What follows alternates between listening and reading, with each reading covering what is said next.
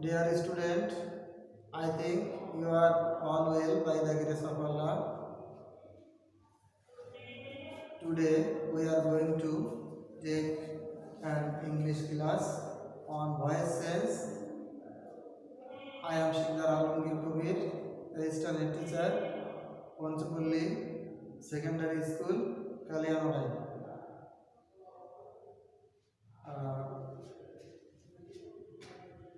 Today an English class is going on voice sense on imperative sentence. প্রিয় শিক্ষার্থী, আমরা পূর্বের ক্লাসে ভয়েস সেন্স সম্পর্কে জেনেছি। একটা সেন্টেন্সের মুড পরিবর্তনে অর্থাৎ অ্যাক্টিভ মুড থেকে প্যাসিভ মুডে নেওয়ার জন্য যে নিয়মগুলো অনুসরণ করতে হবে বা যে অক্সিলারি ভার্বগুলো ব্যবহার করতে হবে বা সেই সিস্টেমে করতে হবে, এটা আমরা গত দুইটা ক্লাসে দেখিয়েছি। আজকে আমরা ইম্পারেটিভ সেন্টেন্সের উপরে একটু কাজ করব। ভয়েস সেন্সগুলো কীভাবে করতে হবে যদি সেই সেন্টেন্সে ইম্পারেটিভ সেন্টেন্স থাকে তাহলে আমরা একটু লক্ষ্য করলে বুঝতে পারবো। সাধারণত ইম্পারেটিভ সেন্টেন্সে আদেশ, উপদেশ, অনুরোধ, নিষেধ, প্রস্তাব, অনুমতি এই কয়টা বিষয়ের উপরে কাজ করতে হয়। এর যে কোনো একটা থাকতে পারে এবং সেগুলো কীভাবে হয় একটু আমরা লক্ষ্য করলে বুঝতে পারবো। যেমন আমি প্রথমে যদি সেন্টেন্সে এরকম লিখি, sing a song.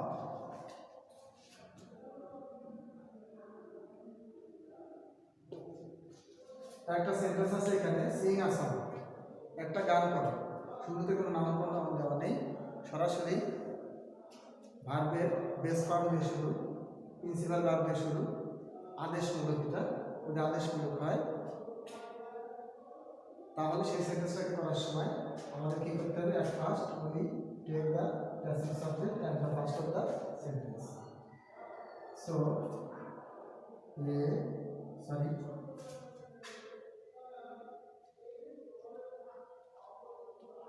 শুরুতে আমাদের এক্ষেত্রে ইম্পারেটিভের ক্ষেত্রে একটা লেট নিতে হবে। লেটের পরে আমাদের প্যাসিভ সাবজেক্ট আগে নিতে হবে, এ সন। এবার আমাদের একটা বি নিতে হবে, be let a son be. এরপরে এই যে শুরু থেকে ভার্ব দিয়ে শুরু হবে বা ফার্স্ট পার্টিসিপেল হবে সান। ব্র্যাকেটে আমরা যদি দিয়ে দিই বাই, ইউ দিতেও পারি, না দিলে নো, কোনো প্রয়োজন নেই।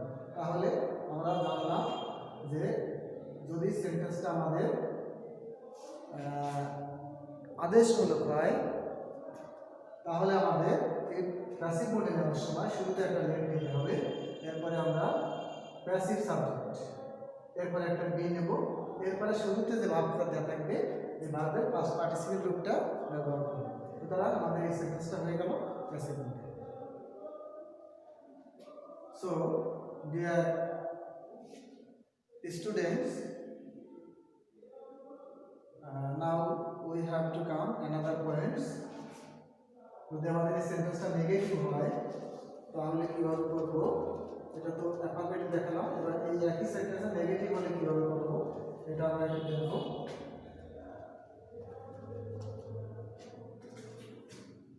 এটা আমাদের ডোন্ট দিয়েও থাকতে পারে, নেভার দিয়েও থাকতে পারে। Don't do this work.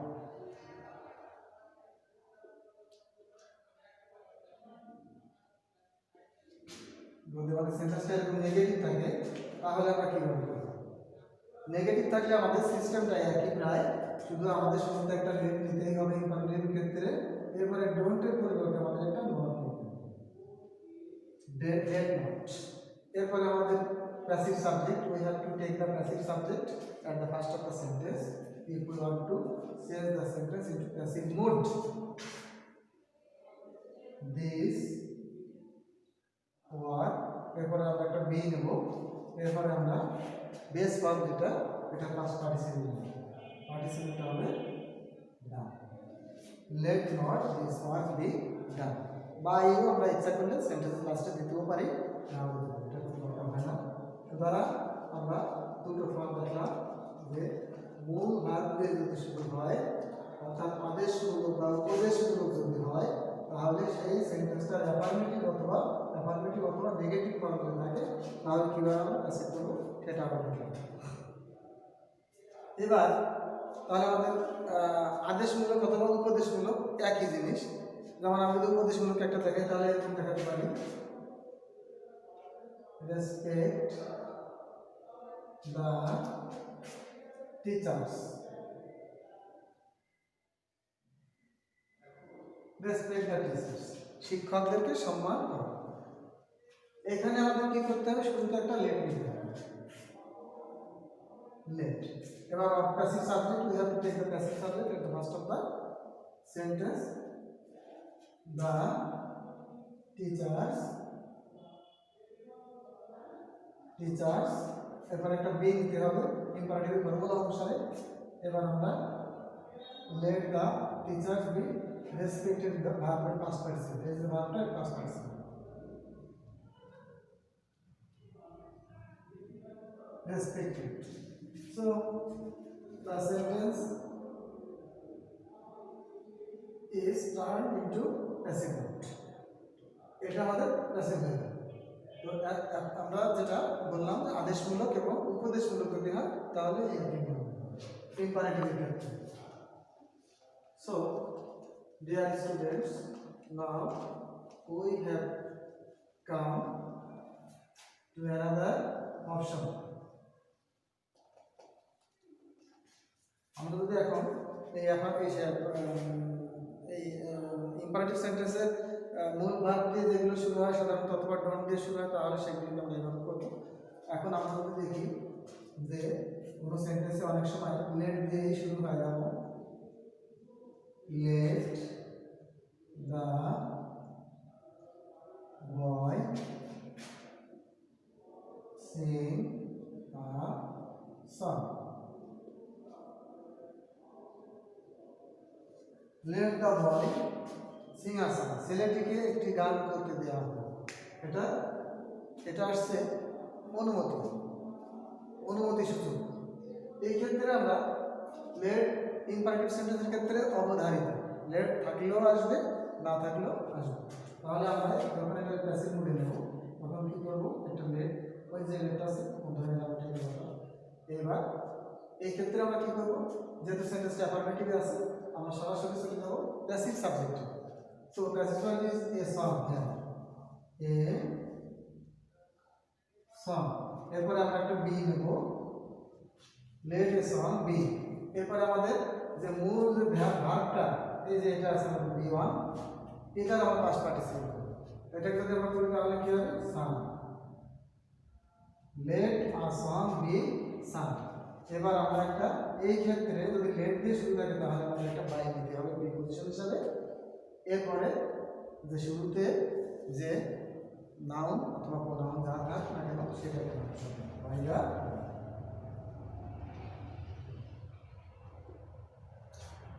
সুতরাং আমরা বুঝতে পারলাম যদি কোনো সেন্টেন্সে অনুমতি অর্থে ব্যবহার হয় অর্থাৎ লেট দিয়ে শুরু হয় সেই ক্ষেত্রে এটাকে যদি আমরা প্যাসিভ মোডে নেই তাহলে আমাদের শুরুতে লেট রাখতে হবে। এরপরে প্যাসিভ সাবজেক্টটাকে নিয়ে আসবো, তারপরে একটা বি বসাবো ফর্মুলা অনুসারে।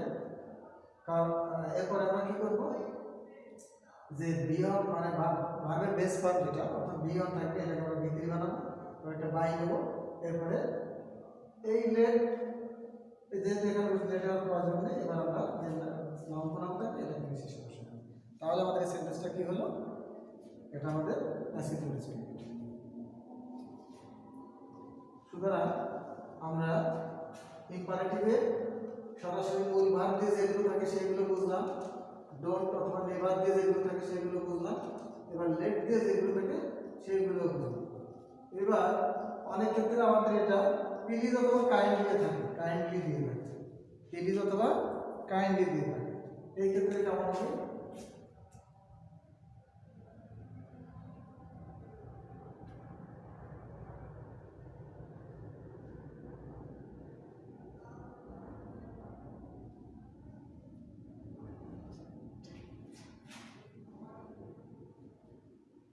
প্লিজ হেল্প দ্য পুর, এটাকে যদি আমাদের প্যাসিভ মোড করতে হয় তাহলে কি হবে?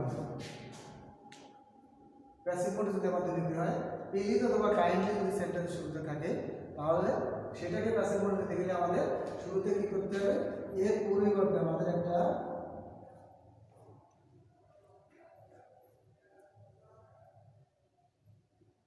ইউ আর রিকোয়েস্টেড টু নিতে হবে। এর পরিবর্তে ইউ আর রিকোয়েস্টেড টু, যেহেতু আমাদের এটা অনুরোধ সূচক এজন্য, আর যেহেতু শুরুতে নাম প্রণাম নাই শুরুতে আমাদের ইউ আর রিকোয়েস্টেড টু নিতে হবে। এবার বাকি যাদের সমস্যা হবে তাতেই আমাদের এটা প্যাসিভ মোডে চলবে। টু হেল্প, টুর পরে কখন ভার্বের পরিবর্তন হবে না, হেল্প দা পুর। এই নিয়ম এটা সাধারণত এই নিয়ম থাকে না প্যাসিভ মোডে, তারপরেও এটা দেখালাম কোনো সময় বাদে এই নিয়ম দেখালাম। প্লিজ অথবা কাইন্ডলি যদি থাকে তারপরে আমরা ইউ আর রিকোয়েস্টেড টু দেবো, তারপরে বাকিটুকু সাথে সাথে you are requested to help the. সুতরাং এটা আমাদের প্যাসিভ মোডে চলবে। তাহলে আমরা শুরুতে শিখলাম মূল ভার্ব দিয়ে, অথবা সেটা আমাদের আদেশ সূচক করতে পারে, অনুরোধ সূচক করতে পারে। তারপরে শিখলাম আমরা যদি লেট দিয়ে থাকে, সরি নেভার দিয়ে থাকে অথবা ডোন্ট দিয়ে থাকে সেই ক্ষেত্রেও শিখলাম। এবার আমরা প্লিজ অথবা কাইন্ডলি থাকে সেই ক্ষেত্রে শিখলাম, আবার লেট দিয়ে থাকে সেটিও আমরা শিখলাম। সুতরাং আমাদের সাধারণত ইম্পারেটিভ সেন্টেন্সে এই ধরনের ভয়েসে আমাদের আসতে পারে। এরপরে আমরা আজকে আরেকটা দেখব interrogative.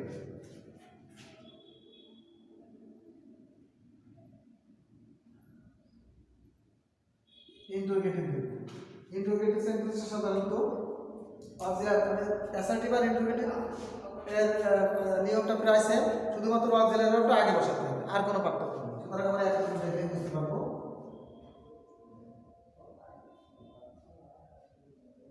Does she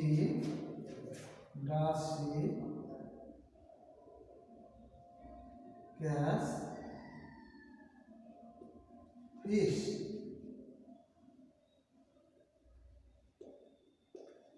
does she catch fish, সে কি মাছ ধরে? এর বাংলাটা এখন আমরা এটা যে ইন্টারোগেটিভ আছে কোশ্চেন মার্ক থেকে চিনব, আর চিনব শুরুতে অক্সিলারি ভার্ব থাকবে। তাহলে অক্সিলারি ভার্ব থেকে আমাদের আইডেন্টিফাই করে at first we should identify the class of the sentence. আমাদের এটাকে আগে ভাবতে হবে এটা কোন টেন্সে আছে। এটা ইন্টারোগেটিভ নিশ্চিত আছে, যেহেতু শুরুতে আমাদের auxiliary verb last question mark, এটা দেখে চিনলাম এটা ইন্টারোগেটিভ আছে। এখন এই সেন্টেন্সে কোন টেন্সে আছে?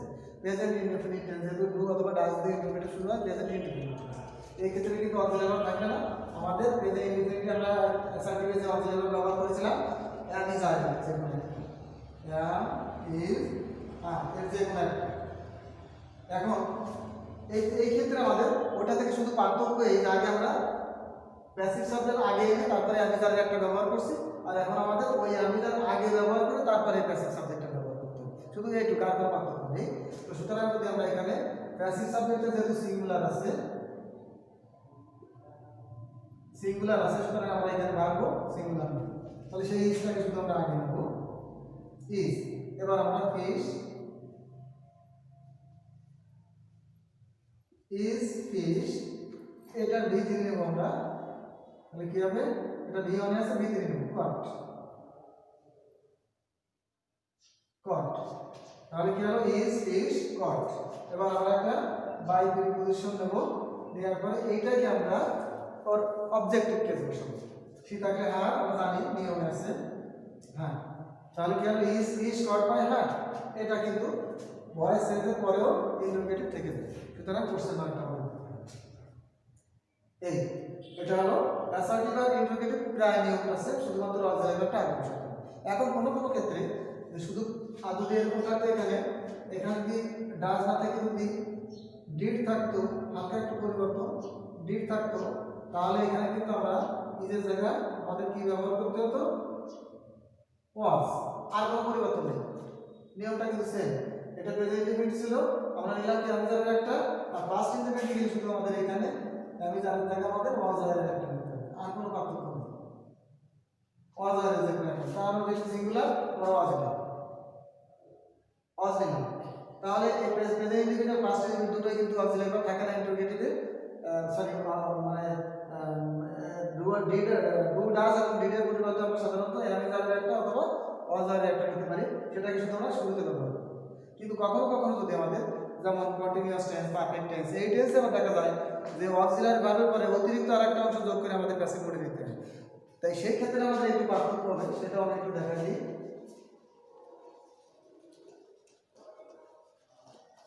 সেটা হবে এরকম যে was he doing the work, এটা কিন্তু কোশ্চেন মার্ক আছে এবং এটা আমি সাবজেক্ট, এটা কিন্তু সাবজেক্টের উপর টান দিয়ে আগে নিয়ে আসি, তাহলে he was doing the present continuous এর অ্যাসার্টিভ হয়, কিন্তু ওয়াজ যখন আগে আসে তখন প্রেজেন্ট কন্টিনিউয়াস এর ইন্টারভিউ। সেই ক্ষেত্রে আমাদের এখানে কিন্তু present continuous sorry first continuous, তারপর ফার্স্ট কন্টিনিউয়াস দুটো অক্সিলারি ব্যবহার করতে পারি, ওয়াজ অথবা ওয়ার এর সাথে আমাদের বিং যুক্ত হবে, বিআইএন, তাহলে আমরা এখানে ওয়াজ বিং অথবা ওয়ার এর ব্যবহার করতে পারি। সেই ক্ষেত্রে ওই ওয়াজ বিং অথবা ওয়ার বিং এর মাঝখানে আমাদের ওই সাবজেক্টটাকে এনে বসাতে হবে।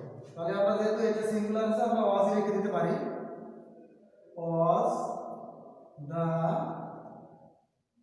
ওয়ার, আর ওই যে আমরা অতিরিক্ত বিংটা যুক্ত করবো, এটা আসে প্যাসিভ সাবজেক্ট আগে না পরে যাবে,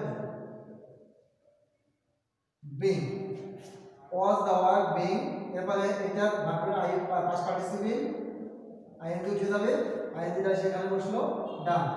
এবার বাই, হ্যাঁ কোশ্চেন মার্ক থেকে এইটুকু শুধু যে অক্সিলারি দুই অংশের মাঝখানে প্যাসিভ সাবজেক্ট হিসেবে বসবে, এইটুকু শুধু আছে অ্যাসার্টিভ থেকে পার্থক্য এরকম। আর কখনো কখনো এটা সব ক্ষেত্রে কন্টিনিউয়াস টেন্সের ক্ষেত্রে পারফেক্ট টেন্সে হ্যাভ বিন হ্যাজ বিন, ওই হ্যাজ আর হ্যাভ আগে বসবে, মাঝে অবজেক্ট এসে বসবে, প্যাসিভ সাবজেক্ট এসে বসবে। আর যদি হ্যাভ বিন থাকে তাহলে প্যাসিভ সাবজেক্ট হ্যাভ বিন মাঝখানে এসে বসবে। ইন্টারোগেটিভ আর অ্যাসার্টিভ এতটুকু পার্থক্য, সুতরাং বুঝতে হয়তো কারো সমস্যা হবে না। তো এখন আমি শুধুমাত্র আরেকটা জিনিস দেখাবো, সেটা আছে যদি সেন্টেন্সের শুরুতে কখনো ইন্টারোগেটিভ প্রোনাউন থাকে। ইন্টারোগেটিভ প্রোনাউন বলতে আমরা বুঝি ডাব্লিউএস, অর্থাৎ কোনো ক্ষেত্রে এটাকে আমরা কি বলি, ইন্টারোগেটিভ প্রোনাউন বা কোনো রিলেটিভ প্রোনাউন বলি। যদি সেন্টেন্সের শুরুতে বসে সেন্টেন্সটাকে কোশ্চেন করে তাহলে সেটা হবে হচ্ছে ইন্টারোগেটিভ প্রোনাউন, আর যদি মাঝখানে বসে দুটো রিলেশন তৈরি করে সেটা হবে রিলেটিভ প্রোনাউন। এখানে যদি আমরা এরকম দেখি, when will he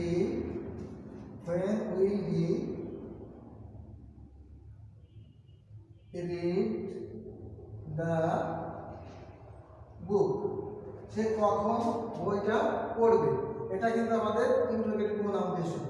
এই ক্ষেত্রে আমরা ওই ইন্টারোগেটিভ প্রোনাউন যা থাকে ওটাকে আমরা শুরুতে রেখে দেব, আর সব ওই ইন্টারোগেটিভের একটু আগে যেগুলো করলাম সেগুলো একই থাকে। তাহলে সাধারণত যদি শ্যাল উইল থাকে অথবা মডাল থাকে, তাহলে মডালের পরে আমরা বি বসায় প্যাসিভ করি, মডালের পরে যে বি বসায় ওই বি আর এই মডাল এই দুটোর মাঝখানে যে প্যাসিভ সাবজেক্ট এসে বসে। তাহলে when will, এবার আমরা এটাকে নেব দা বুক, এইবার আমরা বিটাকে বসাই, তাহলে উইল আর বি এর মাঝখানে এসে বসেছে প্যাসিভ সাবজেক্ট, শুধু এইটুকু হলো ইন্টারোগেটিভের পার্থক্য। তাহলে when will the book be, এবারে এর ভিত্তিতে তো বি অনুযায়ী তাহলে এটা বসাই দিতে হবে। এবার আমরা by read, when will the book be read, এরপর এটা বাই নেব প্রিপজিশন, এরপরে এই হিটা অবজেক্টিভ হিম, এবার কোশ্চেন মার্ক থেকে এইটুকু শুধু পার্থক্য। যদি আর যদি হু থাকে এর পরিবর্তে হুম বসে ওই বাইটা আগে চলে আসে, এইটুকু পার্থক্য আর কোনো পার্থক্য। সুতরাং আশা করি সবাই মোটামুটি বুঝতে পেরেছো। এরপরেও যদি সমস্যা থাকে তাহলে মাঝে আমরা একটা ক্লাসের মাধ্যমে হালকা দেখা দেবো। তো আজকের ক্লাসে পর্যন্ত, সো